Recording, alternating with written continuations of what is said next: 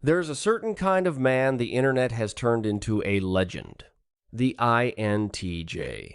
The mastermind. The strategist who needs no one, feels nothing he can't control, and stays 3 moves ahead of everyone in the room. Most people call that strength. They call it the apex of the personality types. But what almost no one talks about is the price he pays in private, the body he forgets to feed, the feelings he files away and never reopens. By the end of this video, you'll understand the real cost of the apex INTJ myth, why the very mind that makes him formidable is often quietly starving the man who carries it. You know this man even if you've never had a name for him. He's the one who reads 3 books while everyone else scrolls. The one who solves the problem nobody else could crack, then disappears before anyone can thank him. He runs on logic, lives in his head, and treats his own needs like background noise. Carl Jung, who first mapped these mental patterns, described a personality built around intuition and inward thinking, a mind that turns toward ideas and away from the body's signals. That's the engine of the INTJ. And online, it's been polished into a myth, the cold, untouchable apex predator of intelligence. We're going to walk through 7 things that myth hides, and the last one changes how you see this man completely.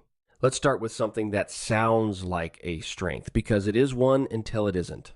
The INTJ's independence isn't a pose, it's wiring. This is a man who genuinely thinks better alone. Susan Cain's research on introversion shows that for certain minds, solitude isn't loneliness, it's the condition under which they do their best work. The INTJ builds entire inner systems, plans, models, contingencies for problems that haven't happened yet.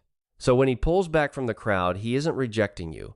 He's returning to the only place where the world finally goes quiet enough to think. But here's where the myth starts to bend. Because that same fortress he builds to protect his mind, it has no door for his body. For this man, the mind is home, the body is just transport. Jung described every personality as having a weakest, least developed function, what he called the inferior function. For the INTJ, that blind spot is sensation, the live feed of physical experience. Hunger, fatigue, tension, pain, the signals are arriving, but he's turned the volume almost all the way down.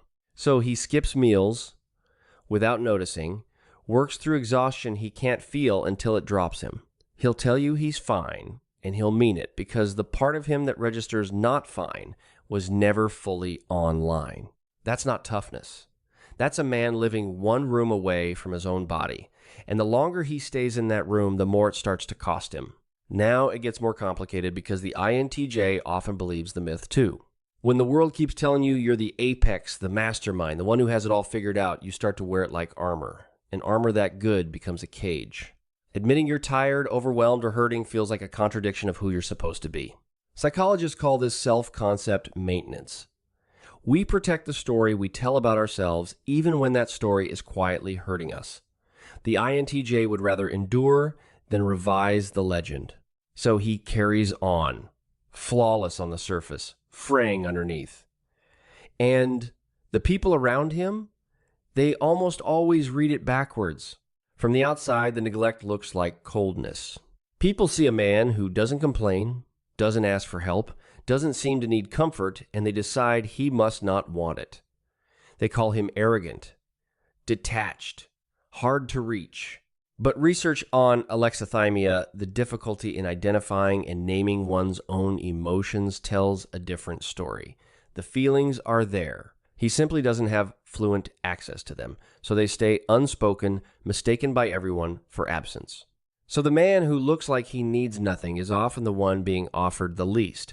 Not because he's unlovable, because he's unreadable, and almost no one thinks to look past the surface. If you're the kind of person who looks at a self-contained, capable man and still wonders what he's carrying underneath, not just what he does, but what it's quietly costing him, then you already think differently than most.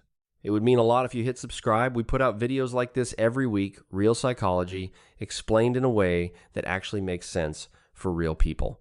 Now, here's the part that doesn't get talked about nearly enough. Here's the truth. The myth can't survive. The body always sends the bill. Bessel van der Kolk built an entire body of work around one idea: the body keeps the score. Stress and unprocessed emotion don't vanish when you ignore them.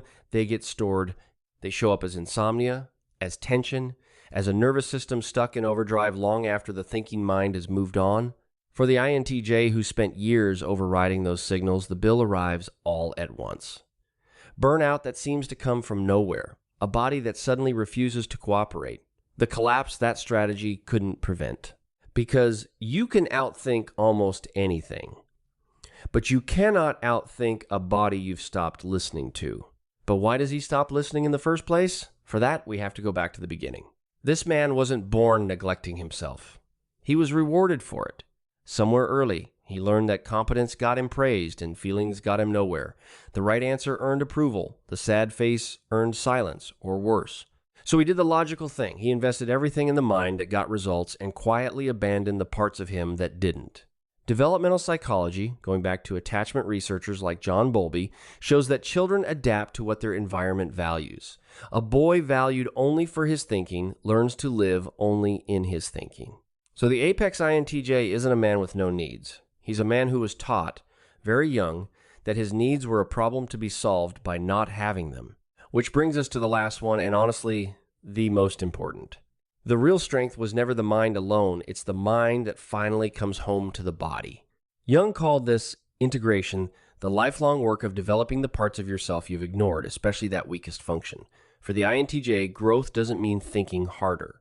It means learning to feel hunger, fatigue, grief, and joy as information worth respecting, not weakness to be overridden.